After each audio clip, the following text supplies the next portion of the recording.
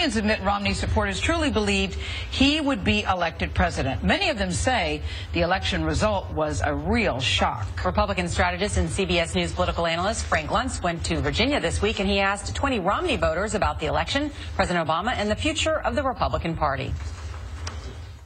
I want a show of hands. How many of you were surprised about the outcome? Raise your hand. Okay, almost all of you were surprised. I cried. Why would you cry? Because I was so sure that Mitt Romney would win. I thought his ticket was perfect, and I thought his message was resonating with people, that they were prepared to vote for him. This election is really about saving America, and I get really emotional about that, because I look at what we've done with this country and I see that it's going totally in the wrong direction. And I looked at Romney and Ryan and I thought, yes, we have somebody who's accomplished in business, somebody who's going to get out there and really make a difference. And Ryan, with his financial background and the budget and all that, I thought, man. It was not a good day for the Republican Party. What are you willing to change? I think the platform needs to be reevaluated. The thing that he keeps bringing back up is where are the blacks and where are the Latinos and the women and the women and the young voters. And you're right. The danger is that it's getting to a bidding war. I think it's more important to stand by our ideals and our views and to share those. And if they have currency, we'll get them. And if they don't, then perhaps we should do some. Our message is just not inclusive. It just isn't. It's suburban. It's white suburbia. That suggests that you have to package your values in different ways, and then that takes away from them as sort of universal values. And I think that we're talking about the candidates. Okay, that's great, but that's the end of the process. You have to get out there and sell the message, sell the values, sell the principles. Because if we believe they're universal, if we believe they should appeal to everybody, then we don't have to package them for girls and boys and people who are purple with green spots. What does this election tell you about America? It seems like we're more divided now than we were even 4 years, 8 years. I mean, even during the election of 2000, with all of that, we're more divided now than we were then. Where America is going is the actual value divide of the country, more so than even demographics. Right. You have, these are hard words, but I believe you have a socialist agenda. There's people here that believe I don't have to work. How many of you think that the Obama administration represents socialism here in America? Raise your hands. Almost all of you. Now tell me the truth. How many of you believe that your freedoms will be curtailed over the next 4 years because Barack Obama was elected? Come on. That's a very strong thing to say. You think you're going to lose some of your freedoms? Looking beyond my nose, I'm concerned for my 20-something children who are, I'm not likely to feel the full effect of it in 4 to 6 or 8 or 10 years, but 15, 20 years, the mindset that's changing in this country is very problematic. Frank Luntz is with us now. Frank, good morning. Good morning. We just saw that piece. What makes them think that about the president?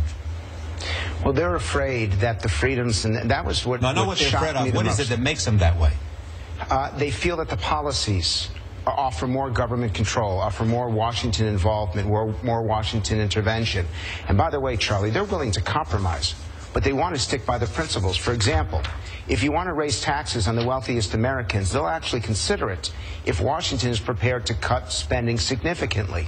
They're prepared to make changes on immigration policy, but only if Washington can ensure that the border control is enforced. So here you have a set of people that are afraid of the future, believe that Barack Obama is undermining America's future, and it's not a surprise that there's gridlock in Washington because there's gridlock in America.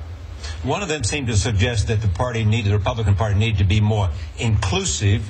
At the same time, someone else said, look, if the country knew us and our principles, then they would vote for us. I mean, do they not believe that their candidates are seen for their principles? The complaint really wasn't about the candidates. The complaint was half about the communication and half about the inability to reach certain segments of the population. They are unanimous in believing that the Republicans have to be more effective with Hispanics and Latinos, and they believe that they can. And by the way, Charlie, as negative as they are about the country, they think that the Republicans will come back in 2016 and win the White House. But they recognize what went wrong in 2012. I've never seen people so shocked, really genuinely afraid of the future. They believe it's up to their representatives in Congress to demonstrate to communicate and to grab that American mindset over the next 2 years so that 2016 doesn't result in what happened in 2012. Ever since election night, Frank, there has been a lot of talk of being inclusive. One of your gentlemen there just mentioned. And I couldn't help but notice in the focus group there were no blacks or Latinos. It did not appear to be in your group. Are they hard to find? Were they hard to find in Virginia? In Virginia, you've got somewhere around 95% of the African-American population voted for Barack Obama. Over 70, I think it's about 75, 76% of the Hispanic population. And we had one Hispanic in there. And you notice that there were more men than women. Yes. The Republican Party has a very simple but very fundamental challenge. How do you demonstrate that the values, the beliefs, the core convictions of the GOP can transcend racial lines, gender lines, and even, because you notice that they were older people, and even age lines. That the key is not necessarily the issues. The key is demonstrating that you are still a national party with national solutions to national problems. So what do you think happens next? I mean, what do many of these voters say they're going to do? Sit out until 2016, or have they talked to, what are they going to do? They're still engaged. They still want to participate. I think nationwide, I think you're going to see the Republicans come at each other, and everyone's going to have a solution for what went wrong, and you're going to see an awful lot of fighting. You think there's there's going to be a fight for what the Republican Party stands for? Yes, I do. And I'm going to give you an example in the issue of abortion. These voters, almost all of them are pro-life. Many of them wore religious symbols around their necks. I noticed that during the focus group. They don't want to discuss abortion. They don't want to have a national debate on social issues. All they ask is that Washington should not be funding abortion and that Washington should not be setting the social agenda. Let the states, the communities, and the people themselves set it. They believe that every time you have a social issue discussion, Republicans lose. Frank, you've spent a lot of time talking to voters this election season. What do you, Frank Luntz, think that the Republican Party needs to do? First thing they need to do is go on vacation. The second thing that they need to do is to re-examine the messaging. And I'm going to give you a perfect example. Mitt Romney repeatedly talked about middle-class or middle-income voters. What the American people want is someone who's fighting for hard-working taxpayers. That the Romney campaign, when they talked about middle income or middle class, they themselves were talking about class-based politics. If you want to transcend that, hardworking taxpayers is working class, it's upper middle class, it's everybody.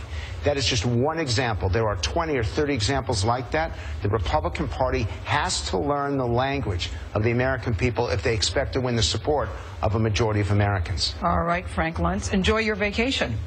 I'm not taking one. I just think the Republicans need to take one. See you next time.